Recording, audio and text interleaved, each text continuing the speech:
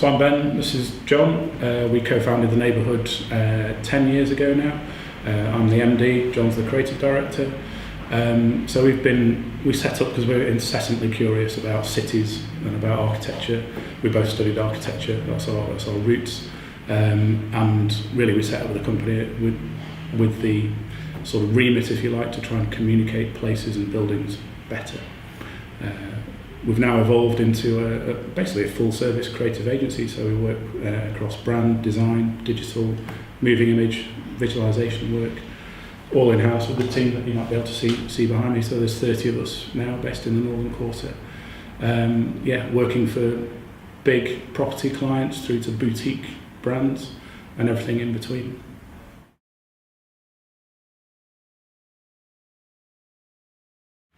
Yeah, I mean, like Ben said, we've got the projects that really excite us best are projects that are about bringing places to life.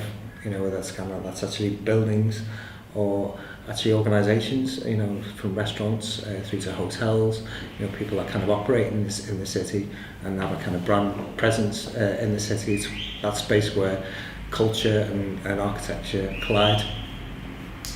So right now in the studio we're working for a number of local and international property developers to help them to articulate what their future place is going to mean, what it's going to be about. So developing the brand right through to the material that will bring that to life with a target audience. So from projects like Campus here in Manchester, big new master plan, really exciting master plan, and right in the centre of things here, bringing that to life and to market. Through to large-scale architectural competitions for international practices, helping them to communicate them to their target audience. Through to people who, outside the property world, people like the Saucy Fish Company, launching a new TV campaign for them, or Heston Blumenthal, we've worked with for a number of years now, working on how his restaurant is experienced, how to improve that experience online and offline.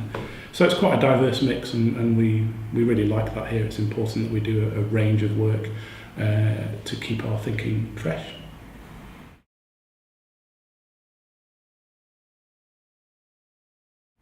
I think Manchester's at a really interesting time right now.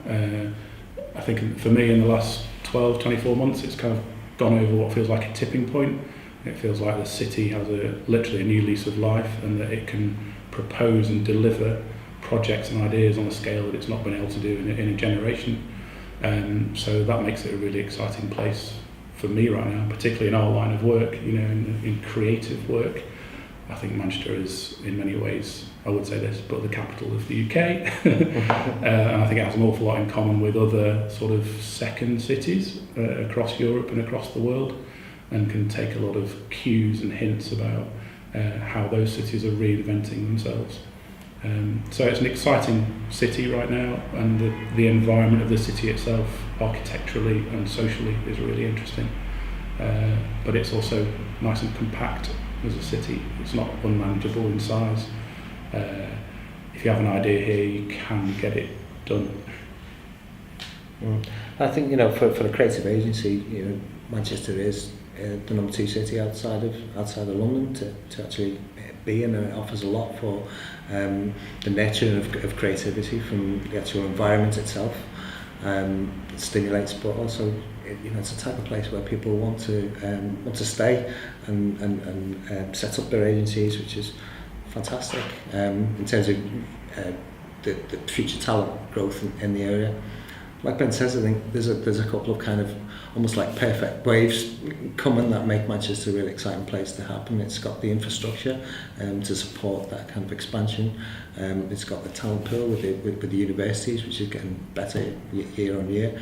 And it's starting to attract people from outside now who start to switch on to what's great about it.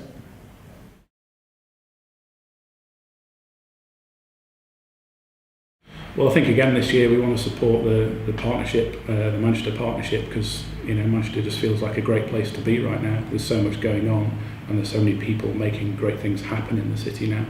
A number of which that we're involved in. So MIPIM actually presents a great opportunity to take stock, to step away from the day to day of actually getting those things done, and to meet and discuss almost like at a higher level some of the ambitions and drivers that are going to inform the development of the city over the next year, 5, 25 years. It's a rare opportunity at MIPIM to actually get the calibre of people in one space, in what is actually a relatively relaxed setting, to talk and have access to those people and friends. So as I say, it feels like a sort of growing family at this point, which is helping to shape the future of this city. And I think Manchester's grown in its ambitions in terms of how it wants to be presented at MIPIM, and like Ben said, I think that idea of discussion and debate about the future, that seems to be something that seems to be more and more valued and more kind of on the front line at MIPIM, rather than these kind of trade shows where people just walk around just passively. It's all about kind of the meeting and the discussion of ideas, which is a really exciting kind of forum to be at.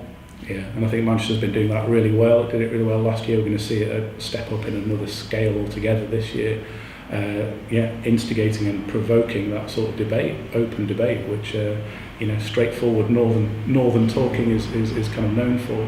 So it feels that it has a almost like a different position and brand almost at MIPIM than a lot of the other cities, because it seems it's pretty authentic really, and very open.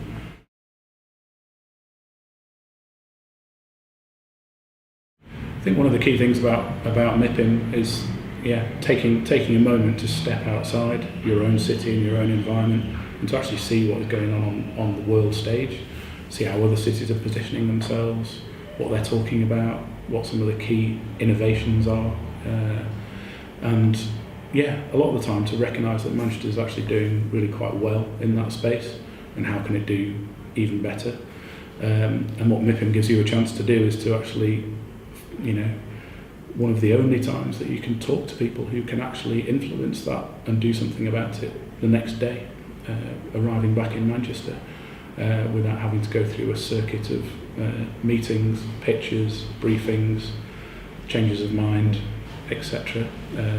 MIPIM feels like a place where ideas start to happen. So that's really a really positive environment to be talking to clients and friends really.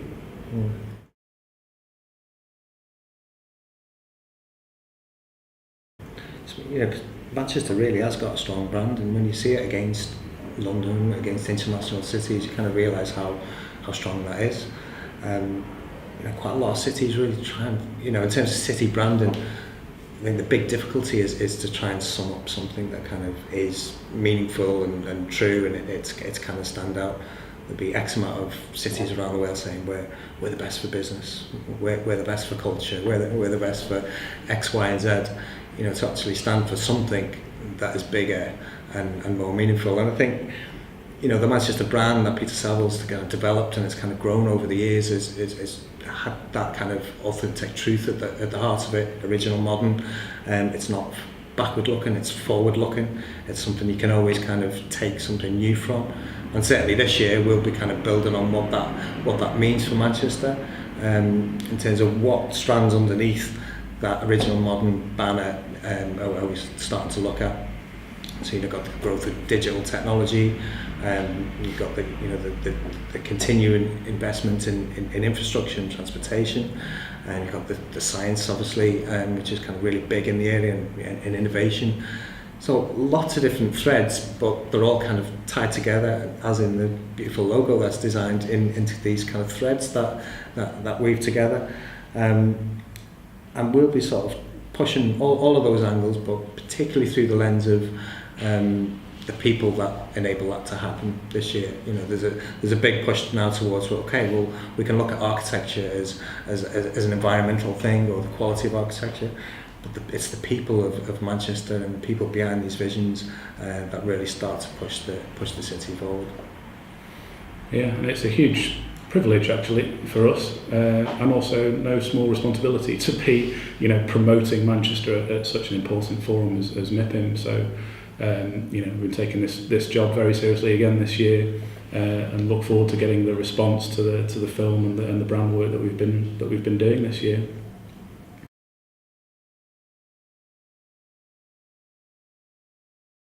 what excites me most about Manchester is start to see the gaps being filled in.